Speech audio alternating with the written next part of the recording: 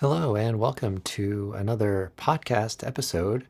We're going to talk about Moonlight in Vermont, and we'll focus on the chord changes and the chord scales that will serve as a good starting point when improvising over this tune.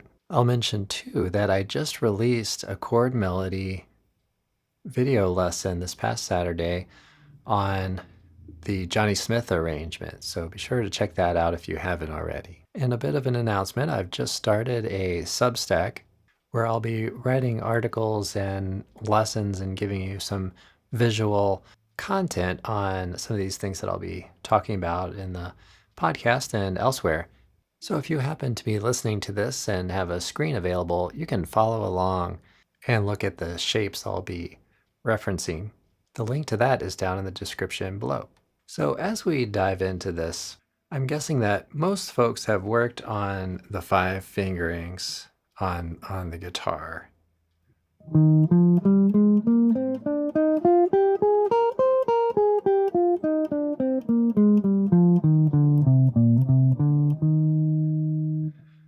Okay, so there I'm in position 5, and I'm playing in the key of E flat.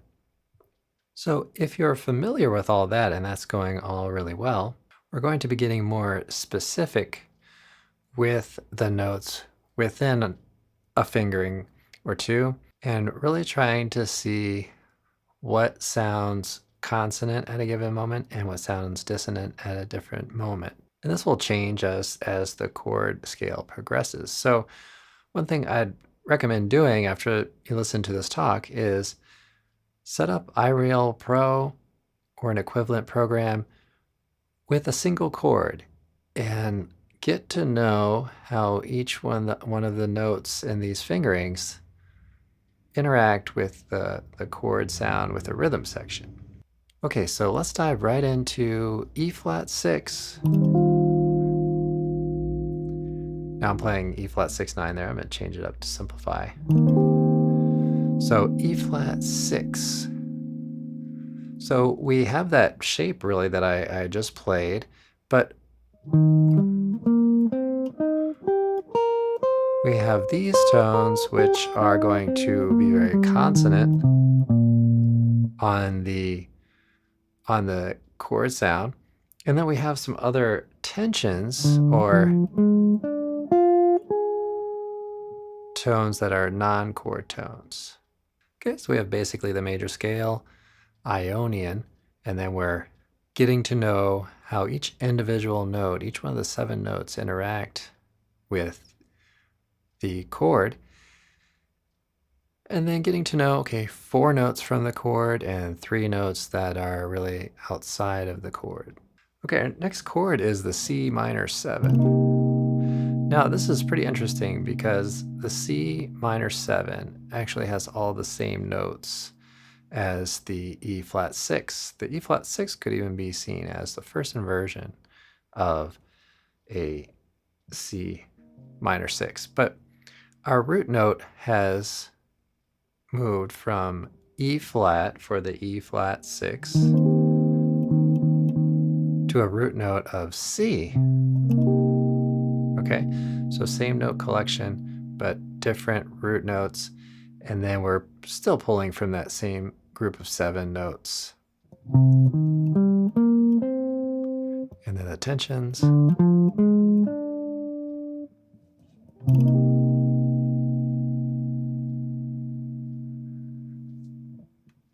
So once we move to F minor 7, we introduce, in particular, this note, which in solfege is Fa. Okay, so that's a significant tension from our original 2 chords that we just started with here. So that's important. We're kind of moving away from the tonic and we're moving towards tensions. So this is what's known as a predominant, something that comes before the dominant. So then we want to dig into consonances with the chord itself And then some of the tensions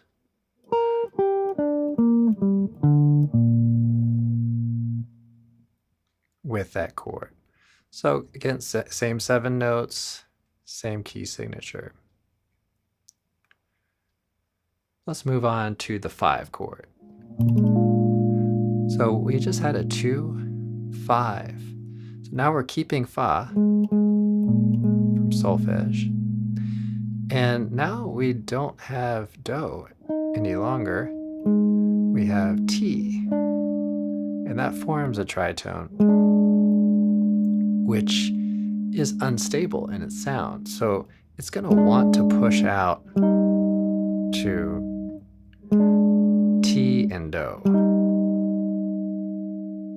Okay.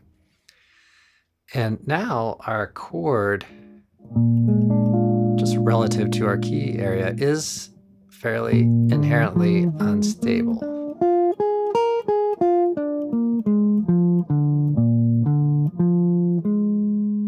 Okay, so it wants to resolve. Okay, so Fa and T go to Mi and Do.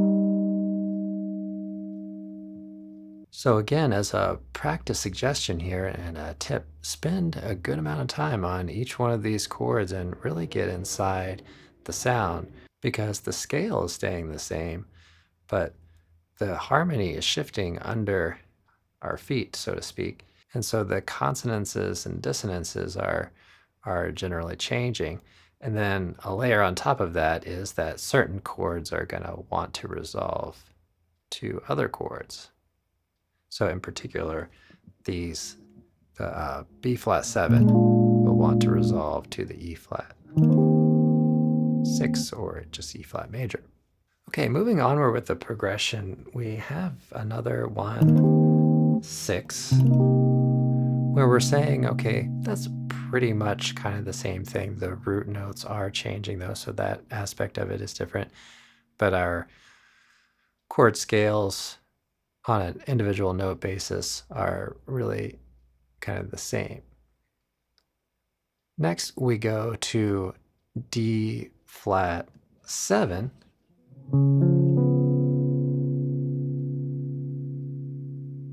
Now, here's another concept that you can try to work with as you're working through learning changes to a tune.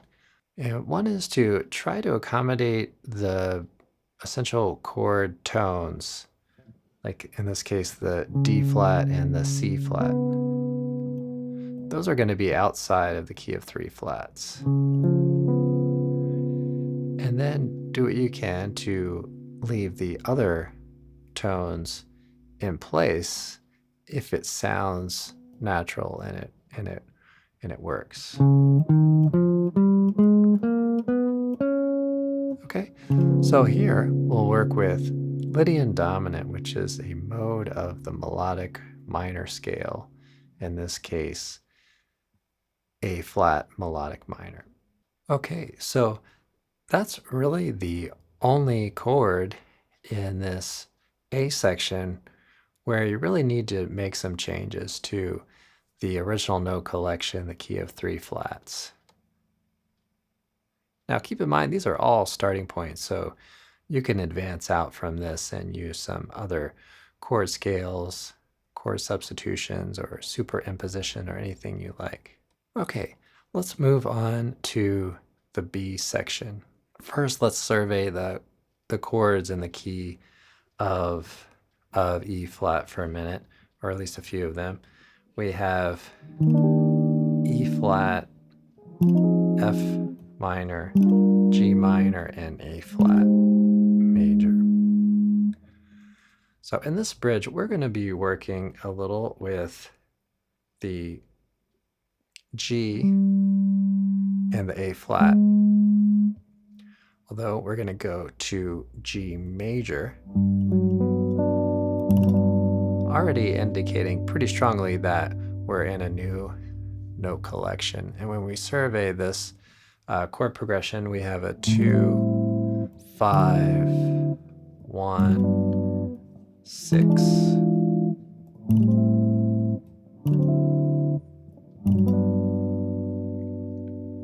Okay, so now we're working from the key of 1 sharp.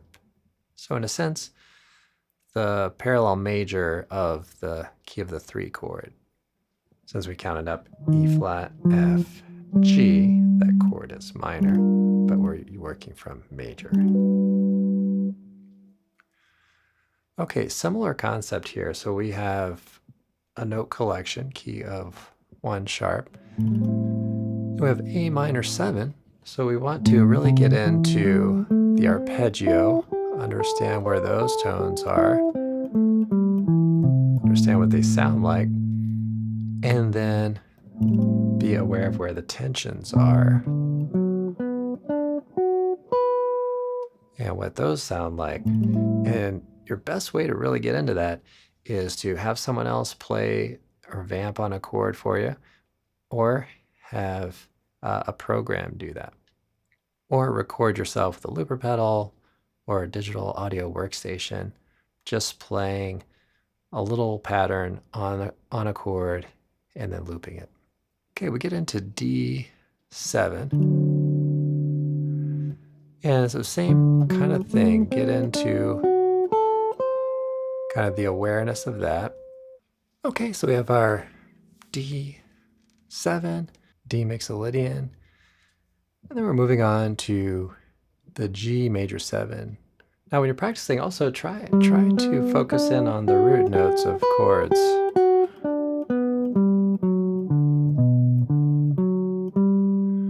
So you might notice I'm starting with a G on string 4, and I'm going up to my highest note, going down to my lowest note, and then back to it. And that gives your ear some more context on where the root note is. Okay, and same thing as always with these past two. Try to get into what's in the chord and understand what's outside the chord. So you've got to really give the scale some context. So those previous chords are all from the same note collection, key of 1 sharp, and then as the chord shifts, which notes are consonant, which notes are more dissonant, will change as the chords move. In this next chord change, we want to adapt the chord a little bit, the chord scale a little bit. So we'll use something called Phrygian dominant, since this acts as a secondary dominant on the 2 chords. So we can say 5 of the 2. So again, we play the E, E7, just kind of up and down, return to the lowest root note, and then get a sense for the tensions.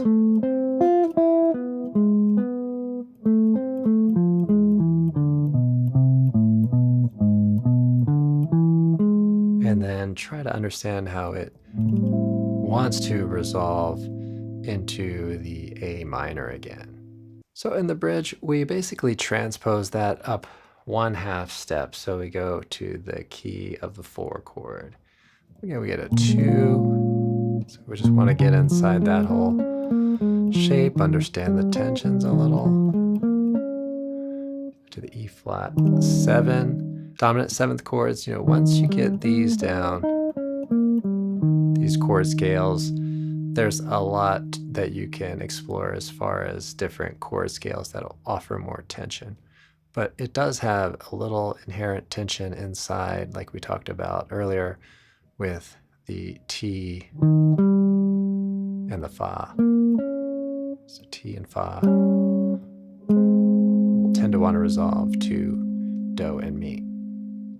Yeah, we have A flat major 7, and then we have the same kind of 5 of the 2 chord.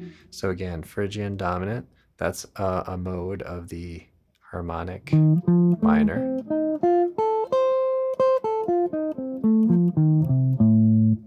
Okay, and then we're back to that 2 chord.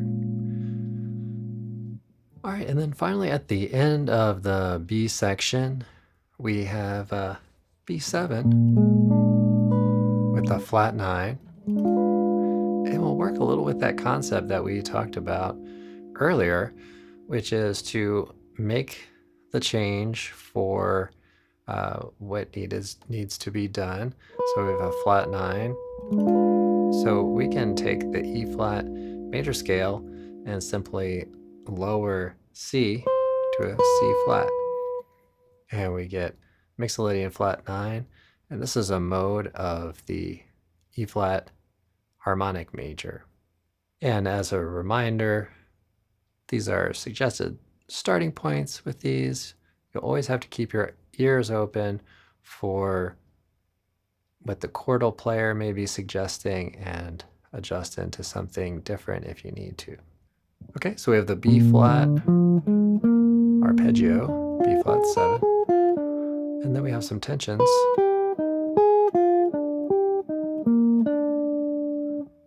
With that. So in this episode, we've shared some concepts around how to take scales and maybe dive a little deeper with them if you haven't already. And what I'd like to just generally suggest is a more integrated approach to methods in learning to improvise. So arpeggios are really great, scales are really great, but we're going to integrate those two things so that we're really, in a sense, working with both. And then we can fill in more chromatic tones on top of that. So please check out this article on Substack and subscribe there if you like, and you'll be notified when I add new content there. I also have a PDF with the reference shapes available for purchase. And also check out the fretprints.com member area where you can get interactive exercises and chord diagrams to work with, as well as videos. The website is intended for intermediate and advanced players, so if you feel you're not there yet, definitely get in contact with me about taking private lessons and we'll get you up to speed. All right, have a great practice session. Until the next one.